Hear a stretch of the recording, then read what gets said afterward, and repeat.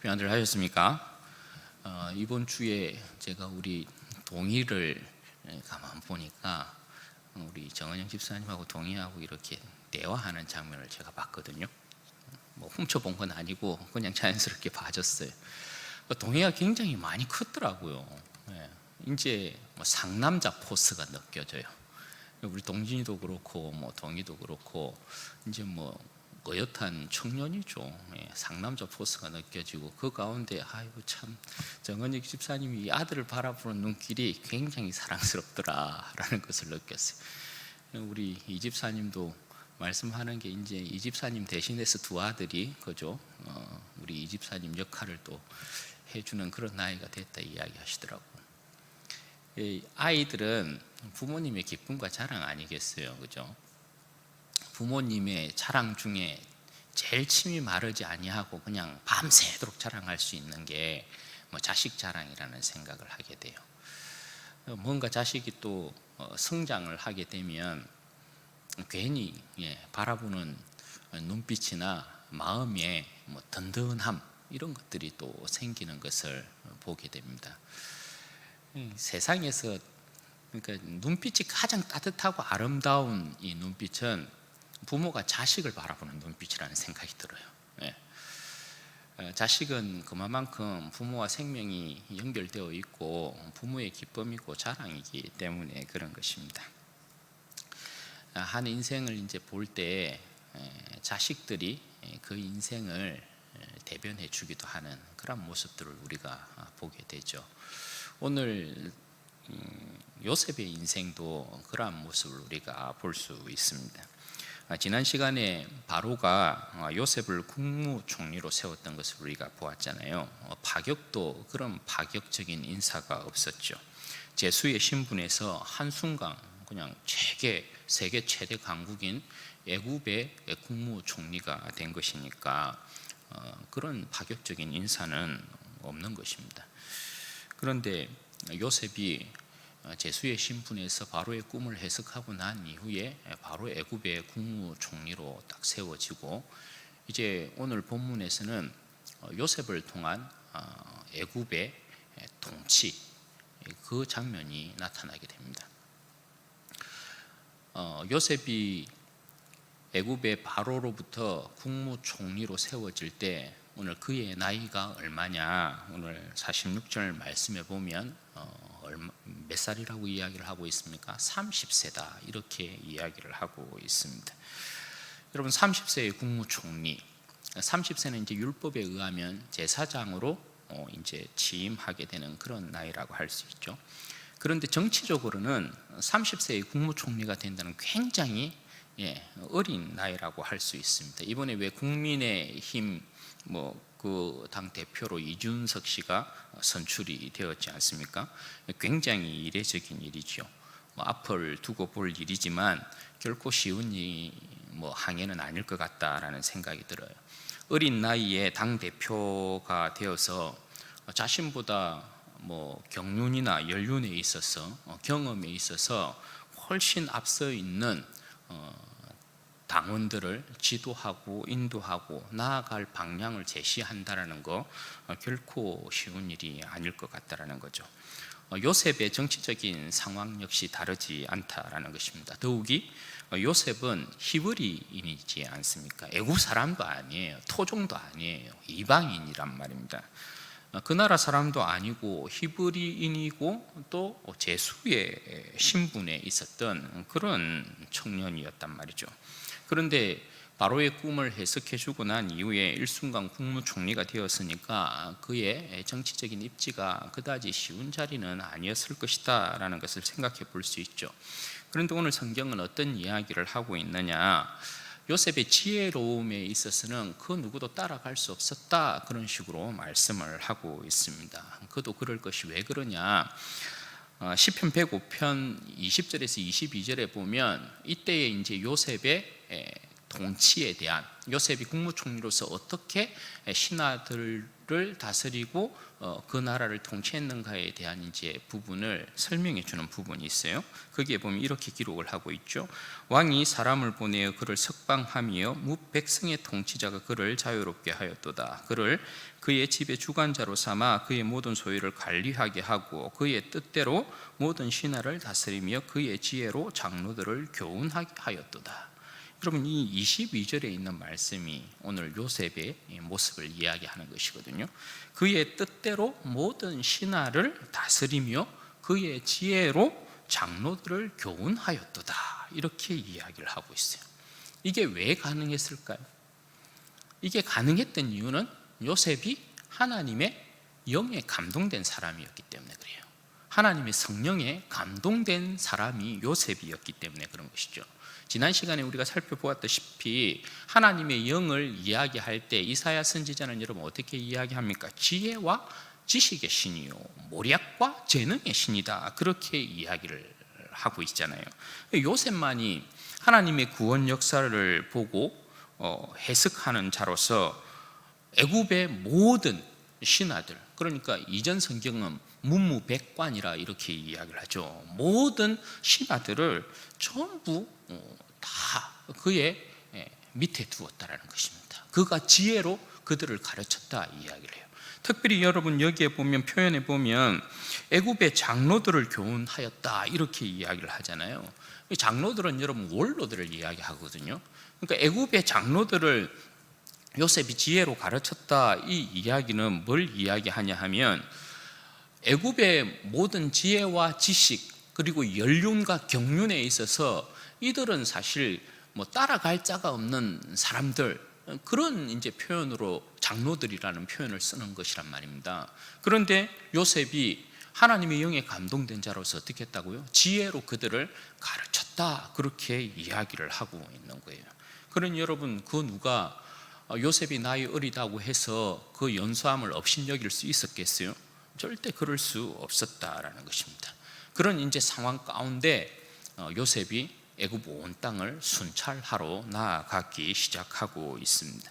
여러분 47절 말씀부터 보시면 요셉이 바로의 꿈을 해석한 것에 따라서 애굽에 큰 풍년이 7년 동안 이어지고 토지 소출이 심히 많이 발생되고 있는 것을 보게 됩니다.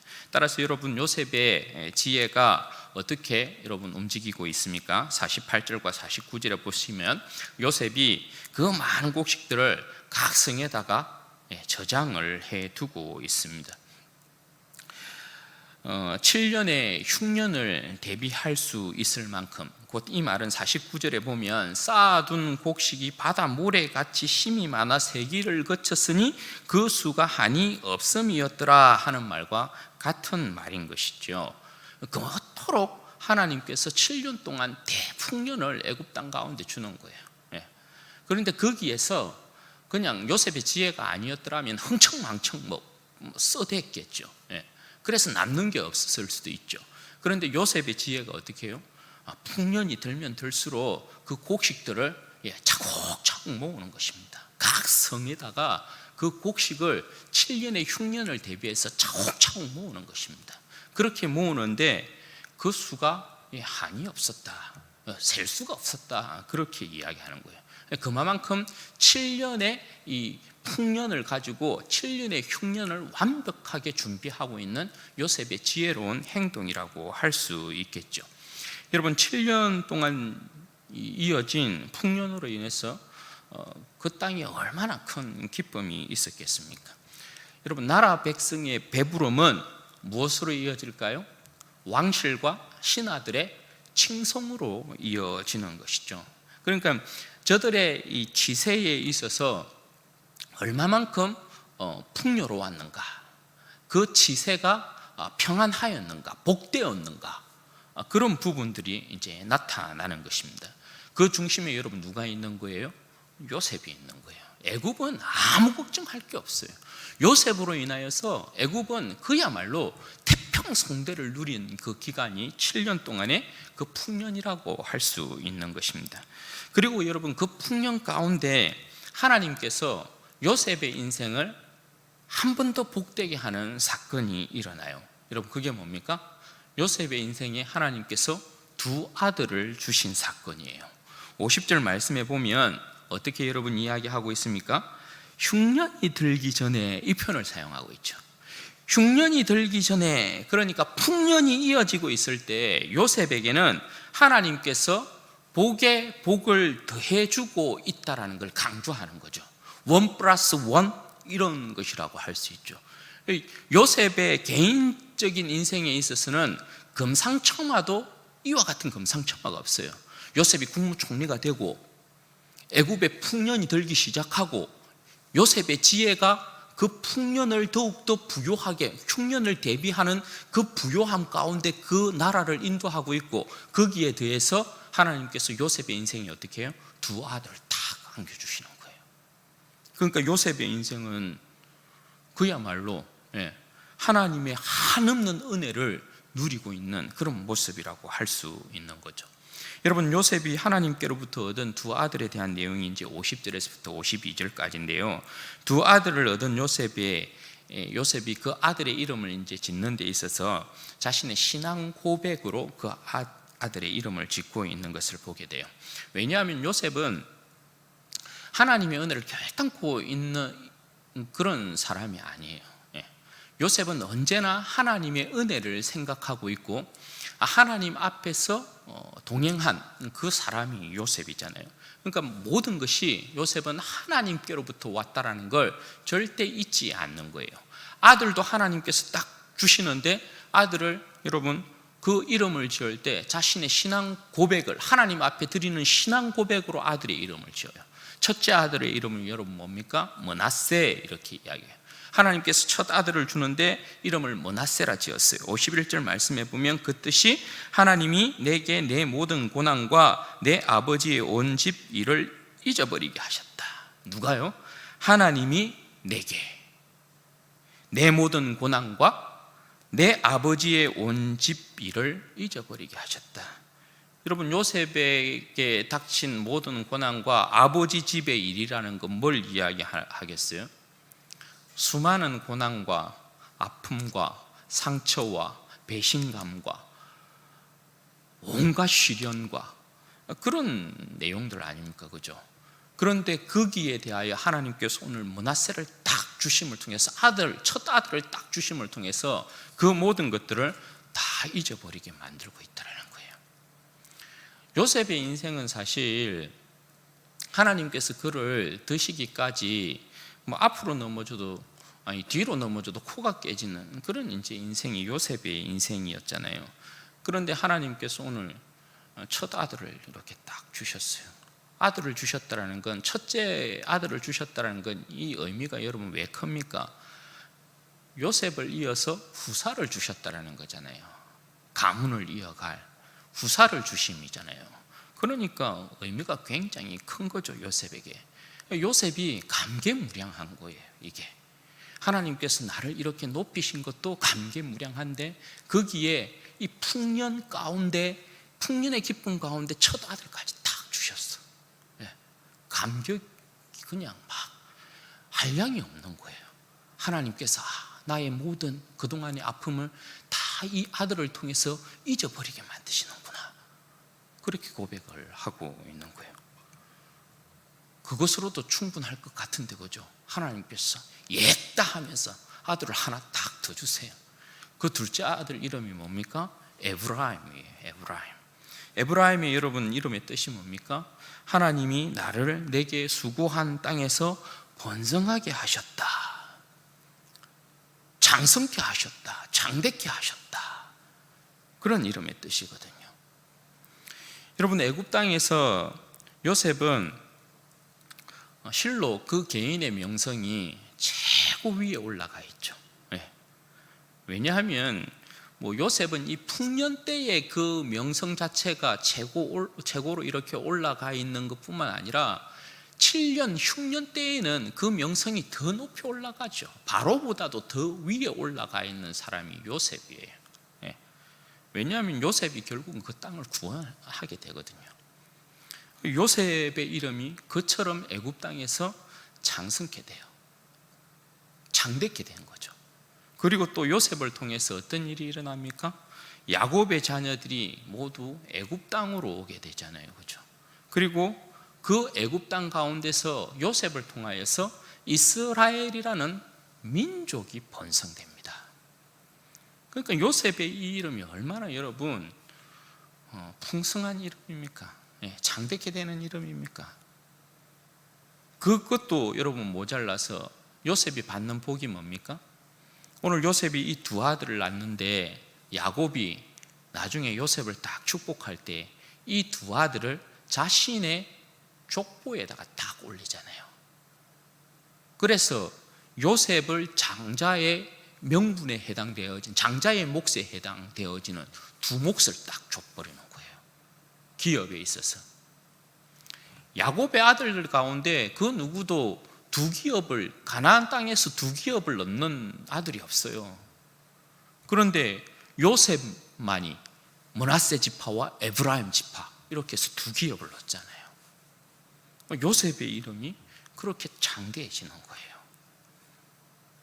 하나님께서 얼마만큼 요셉의 인생을 위로하고 계시고 그의 인생을 높이 들고 계시는가, 거기에 대한 부분을 우리가 볼 수 있는 거죠. 그리고 여기서 우리가 눈여겨봐야 될 내용 중에 또 하나가 뭐냐 하면, 요셉이 두 아들을 낳음에 있어서 누구에게 낳았다라고 이야기를 하고 있는가, 이걸 좀 주목해야 될 필요가 있어요. 여러분, 누구에게서부터 요셉이 이 두 아들을 낳습니까? 온의 제사장 보디베라의 딸 아스낫, 이렇게 풀 네임을 이렇게 딱 쓰고 있는 것을 보게 돼요. 여러분, 이 내용은 다시금 무엇을 강조하는 것입니까? 요셉이 어떤 사람인가에 대한 부분을 다시 한번 강조하는 거거든요. 요셉이 애굽 땅을 어떻게 하나님의 영에 충만한 요셉이 정복하고 그들을 하나님의 이름 가운데서 그들을 구원해내고 있는가, 이 부분을 여러분 강조하고 있는 거거든요. 여러분, 말씀드렸다시피 온의 제사장 보디베라 이렇게 이야기할 때 온이라는 곳이 여러분 어떤 곳이라고 했습니까? 온이라는 곳은 태양신을 섬기는 중심지예요. 그 중심지의 제사장의 딸이 아스낫이란 말입니다. 보디베라의 딸이 아스낫이란 말입니다. 아스낫은 여러분 무슨 뜻이라고요? 애굽의 여신이라는 뜻이에요. 그러면 이 내용은 뭘 이야기하냐면, 하나님의 영으로 지배받는 요셉이 누구를 정복하고 있는 거예요? 애굽을 정복하고 있는 거예요. 태양신을 정복하고 있는 거예요. 왜냐하면 태양신을 섬기는 제사장 보디베라가 그 딸 아스낫을 요셉에게 전리품으로 내놓은 거란 말입니다. 그러니까 요셉은 그 땅을 정복하고 그 신을 정복하고 그 땅을 정복한 대가로 뭘 받은 거예요? 전리품으로 그 종교의 중심인 제사장의 딸 아스낫, 애굽의 여신을 전리품으로 받은 거예요. 그래서 두 아들을 낳고 있단 말이죠. 완전히 요셉이 애굽을 어떻게 정복했는가, 거기에 대한 부분을 말씀해 주고 있는 거죠. 그래서 여러분, 여기에 대한 내용은 요셉이 그렇게 하나님의 영으로 충만함 가운데서 애굽을 정복하고 어떻게 해요? 그들을 어떻게 요셉을 통하여서 하나님의 구원 역사에 동참시키고 있는가, 이걸 이야기하는 거죠. 요셉이 통혼해서 범죄했다라는 내용을 기록하는 것이 아닙니다. 오히려 요셉을 통하여서 이방인이었던 이 여인과 이방의 이 사람들이 어떻게 구원을 받고 있는가, 거기에 대한 부분을 강조해 주고 있는 것이라고 할 수 있는 것이죠. 이렇게 여러분, 요셉에게 하나님께서 두 아들을 주신 가운데 요셉의 인생을 높이 드시고 요셉에게 복을 주신 내용이 이렇게 딱 마무리가 되고요. 53절부터는 분위기가 이제 완전히 전환이 됩니다. 풍년이 거치고 7년 흉년이 시작되고 있음을 알려주고 있어요. 여러분, 흉년이 들면 당연히 그 백성 가운데는 기근이 찾아오게 되니까 굶주리는 일이 발생하게 되겠죠. 55절 말씀에 보면 백성들이 이제 굶주리게 되니까 어떻게 합니까? 바로에게 양식을 구하고 있습니다. 우리에게 먹을 것을 주십시오. 그렇게 이제 구하고 있죠. 그때 여러분, 바로가 어떻게 이야기합니까? 바로가 이야기하기를 요셉에게로 가서 그가 너희에게 이르는 대로 하라, 그렇게 이야기해요. 백성이 바로를 찾아가는데, 그들의 왕을 찾아갔는데 양식 달라고. 누구에게 가라고요? 나한테 오지 말고 요셉에게로 가라는 거예요. 요셉에게 가서 요셉이 지시하는 대로 하라, 그렇게 이야기를 합니다. 그래서 백성이 어떻게 했겠어요? 요셉에게로 갔겠죠. 56절 말씀에 보면 요셉이 여러분 어떻게 합니까? 풍년 때 쌓아둔 곡식을 저들에게 풀어서 나눠줍니다. 그런데 그냥 주지 아니하고 어떻게 해요? 값을 받아요. 값을 받고, 이 요셉이 이제 나중에 지혜로움이 더 드러나는 대목이 되는데요. 처음에는 돈을 받고 곡식을 이렇게 내어주고, 나중에는 이제 짐승을 받고 내어주고, 또 기근이 찾아왔을 때는 땅을 재피고 이제 그 곡식을 나눠주고. 그래서 결국 요셉의 지혜가 무엇을 만들어내냐 하면, 온 애굽 땅을, 온 세상을 바로에게다가 이렇게 딱 안겨다 주는 그런 역할을 해요. 그러면 바로에게다가 안겨다 주면 바로가 이제 그 백성에게 베푸는 건 전부 뭡니까? 왕의 은혜가 돼요.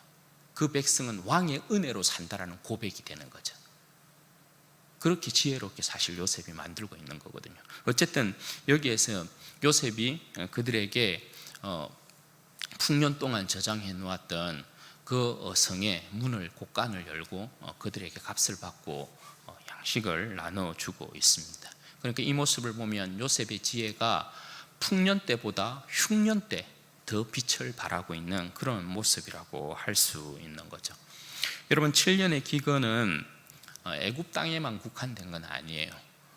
애굽 땅뿐만 아니라 57절 말씀에 보면 여러분 어떻게 되어 있어요? 57절 말씀에 보면 각국 백성도 양식을 사려고 애굽으로 들어와, 이렇게 이제 표현을 하고 있죠. 56절, 57절 말씀에 보면 이 흉년이라는 것이 대흉년이거든요. 그러니까 각국에도 예외 없이 흉년이 찾아오고 있었다라는 것을 알 수 있어요. 그러니까 모든 각국의 백성들이 애굽 땅에, 오직 애굽 땅에만 곡식이 있으니까 요셉에게 곡식을 사기 위해서 각국에서 몰려오는 거예요. 여기에서 증명되는 게 뭐예요? 바로 요셉이 사브낫 바네아, 세계의 구원자이며 생명의 보존자다, 그 이름의 뜻이 확실하게 드러나고 있는 장면이 바로 이 장면이라고 할 수 있어요. 그러니까 그 어떤 사람도 요셉에게로 나아가지 않으면 어떻게 돼요? 7년 흉년 동안의 생명을 부지할 수 없어요. 그러니까 요셉이 온 세상의 구원자가 되는 그런 내용이라고 할 수 있어요. 사랑하는 여러분, 오늘 요셉을 통해서 하나님께서 온 세상을 어떻게 구원하고 계신지에 대한 부분을 우리가 보게 돼요. 여러분, 이 역사의 온전한 이제 성취가 뭡니까? 이 역사의 온전한 성취자가 여러분 누굽니까? 예수 그리스도이시죠. 하나님의 지혜이신 십자가를 통해서 예수 그리스도로 말미암아 영원한 죽음 가운데 있는 인류를 구원하시는 것을 우리는 보게 돼요. 여러분, 우리의 구원이라는 건 7년의 기근과 굶주림 가운데서의 구원이 아니에요. 7년의 기근과 굶주림에서부터의 구원은 우리의 영원한 구원이 아니잖아요. 그런데 여러분, 우리의 구원이란 어떤 구원이에요? 하나님의 최종적인 지혜이신 예수 그리스도의 십자가로 말미암아 하나님께서 우리를 영원한 죄와 영원한 사망의 권세에서부터 구원해내신 구원이란 말입니다. 우리의 구원과 오늘 요셉이 이 시대에 애굽과 온 땅을 구원한 이 구원, 예수 그리스도께서 이방인인 우리를 하나님께서 그 아들의 십자가로, 하나님의 지혜의 총체인 예수 그리스도의 십자가로 오늘 우리를 구원하신 이 구원과는 사실 비교가 안 되는 거예요. 우리가 여러분 얼마나 큰 구원을 얻고 있는 백성이냐. 그걸 여러분 생각하셔야 되죠. 여러분, 우리와 같은 큰 구원의 영광으로 초대받고 있는 백성들이 없어요. 여러분, 오늘 이 애굽 땅에 있었던 각국의 백성들은 요셉을 통한 육신적인 배부름, 굶주림에서부터의 구원, 이거잖아요. 오늘 여러분, 우리의 구원은 여러분 어떤 구원입니까? 아들 예수 그리스도로 말미암는 영원한 생명의 떡, 영원한 참된 음료, 그걸로 선물 받고 있는, 그것으로 우리의 배부름을 허락하시고 하나님의 그 구원의 역사 가운데 참여시키고 있는 것이 우리의 모습이라는 것이에요. 여러분, 예수 그리스도의 살과 피를 먹고 마심이 아니면 세상 그 어디에서도 영원한 배부름은 얻을 수 없다라는 것입니다.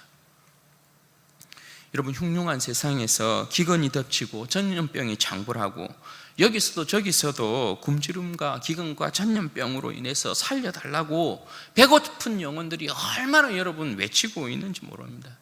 여러분, 이 시대에 이런 전염병이 창궐한 상황 가운데에서 지금도 정부에서 보면 재난지원금 이렇게 이야기하잖아요. 추경 편성회가 재난지원금 준다고 이야기하잖아요. 그 소상공인들에게 900만 원가 어떻게 삽니까? 택도 없죠. 이 세상에 여러분 온갖 지도자를 보십시오. 지도자들이 과연 여러분 이 세상에 굶주리고 있는 백성들을 온전히 살려낼 수 있습니까? 아니요, 그렇게 하지 못해요. 우리에게 영원한 배부름을 주시는 분은 예수 그리스도 한 분 외에는 결단코 없어요. 우리 가운데 여러분 주신 예수 그리스도로 말미암는 배부름이라는 것이, 예수 그리스도의 살과 피를 먹고 마신다라는 이 배부름이라는 것이 여러분 얼마나 영광되고 복된 것입니까? 실로 여러분, 우리는 예수 그리스도의 살과 피를 먹고 마시는 이 배부름이 세상이 주지 못하는 영적인 배부름이었어요. 이 영적인 배부름이라는 건 결국 육신적인 배고픔도 이겨내게 만들잖아요.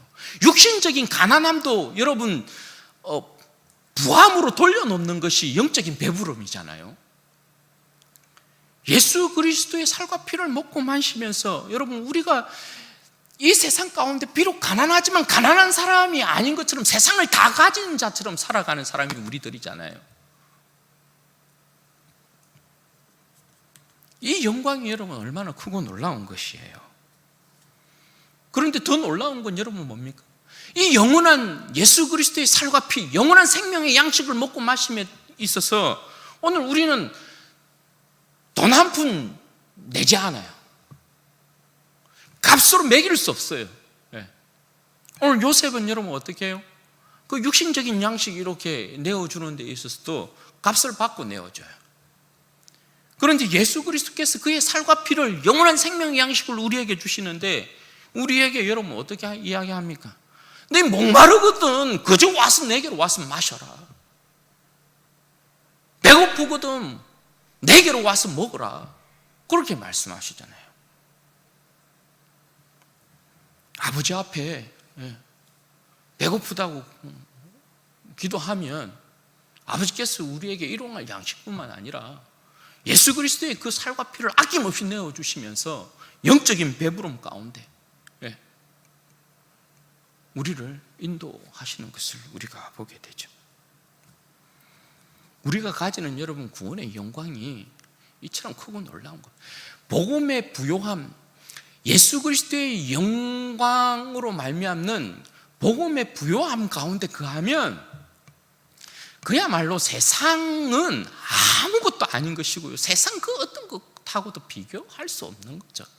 그런데 안타까운 건 뭐냐 하면 우리가 예수 그리스도의 살과 피를 먹고 마시는 백성으로서의 구원을 얻었음에도 불구하고 예수 그리스도의 살과 피를 먹고 마시면서도 우리는 그런 영적인 배부름을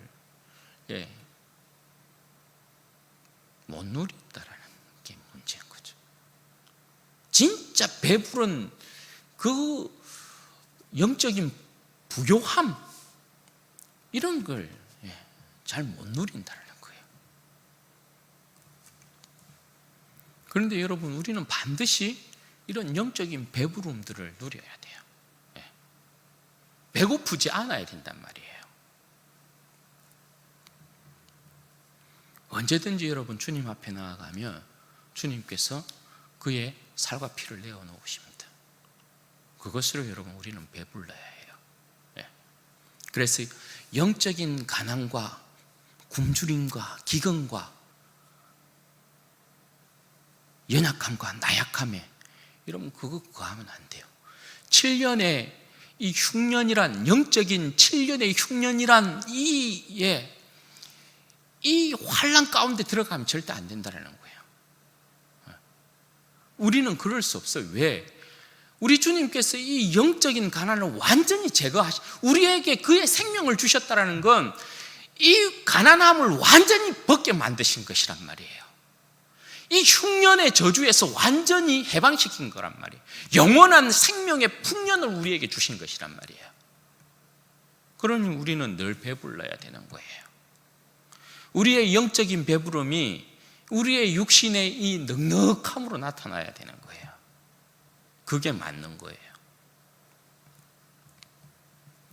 그리고 여러분, 우리는 예수님의 이 십자가로 인해서 우리의 인생 역시 므낫세에서부터 에브라임에 이르게 될 것이다 라는 거.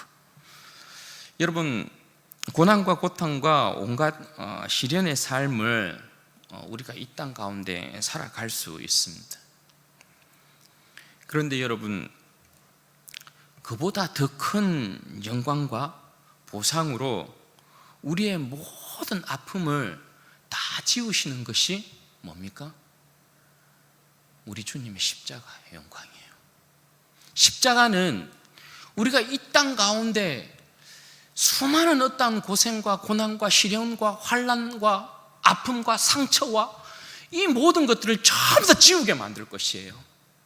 십자가를 바라보면, 십자가의 그 주님을 보면, 그리고 부활하신 그 영광의 주님을 우리가 보게 되어지면, 그 영광의 주님을 맞닥뜨릴 때 우리는 에브라임의 그 영광을 누리게 된다라고 말할 수 있겠죠. 우리는 이 세상 가운데 절대 실패하거나 무너질 인생들이 아니라는 거예요. 반드시 우리의 인생은 예수 그리스도의 십자가로 말미암아 므낫세에서부터 에브라임에 이르게 된다.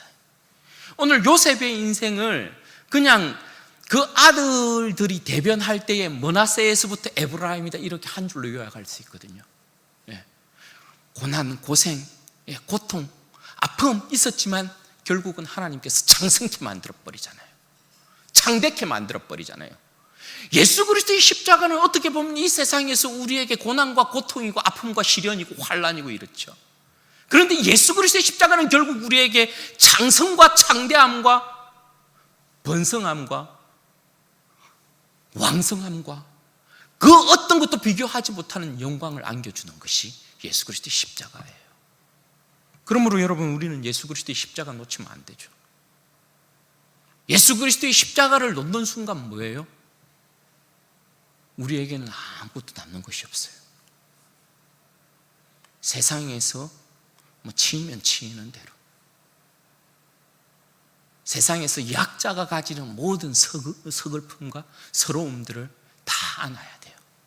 그리고 남는 건 하나도 없어요. 그냥 비참할 따름이에요.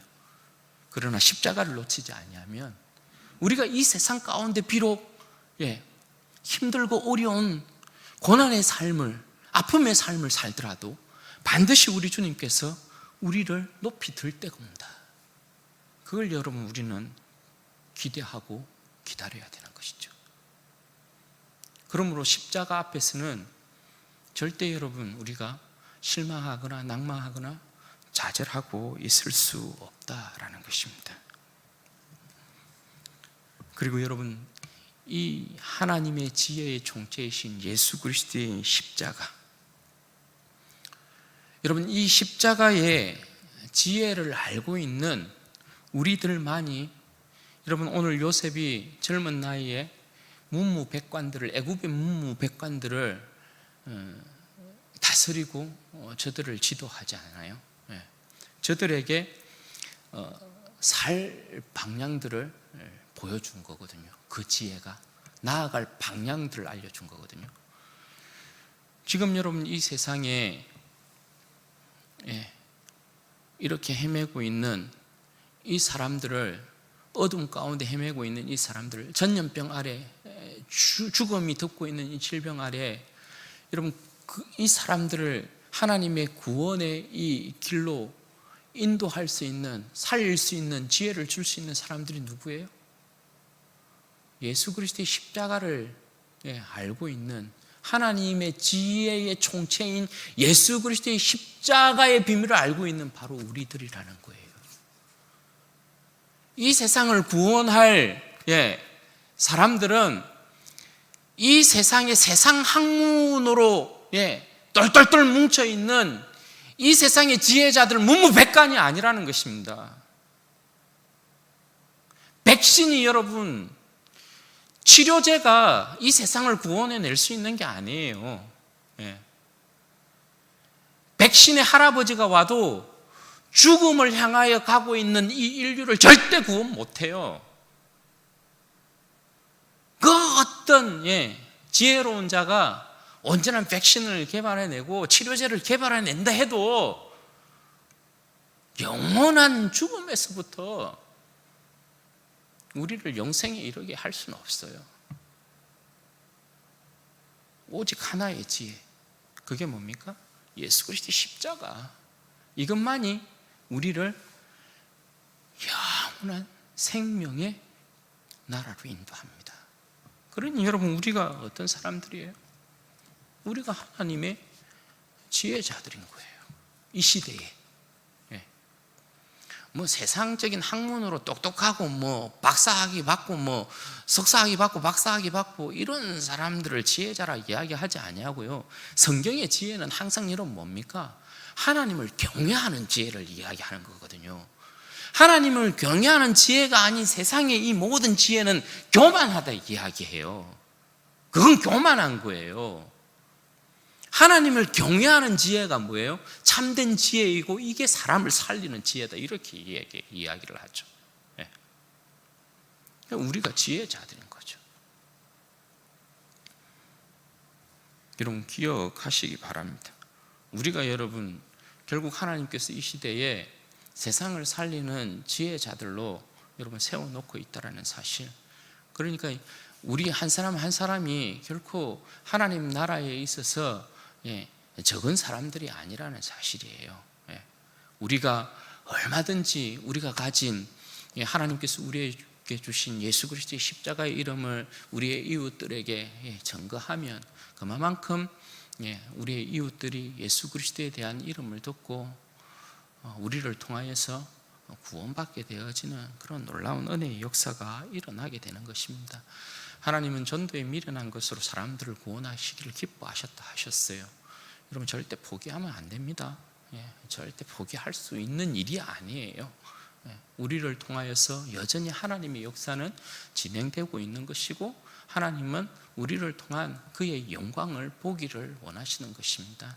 바라기는 우리 모든 성도들이 예수 그리스도의 십자가로 말미암아 영원한 영적인 배부름 가운데 거하게 되시기를 바라고요.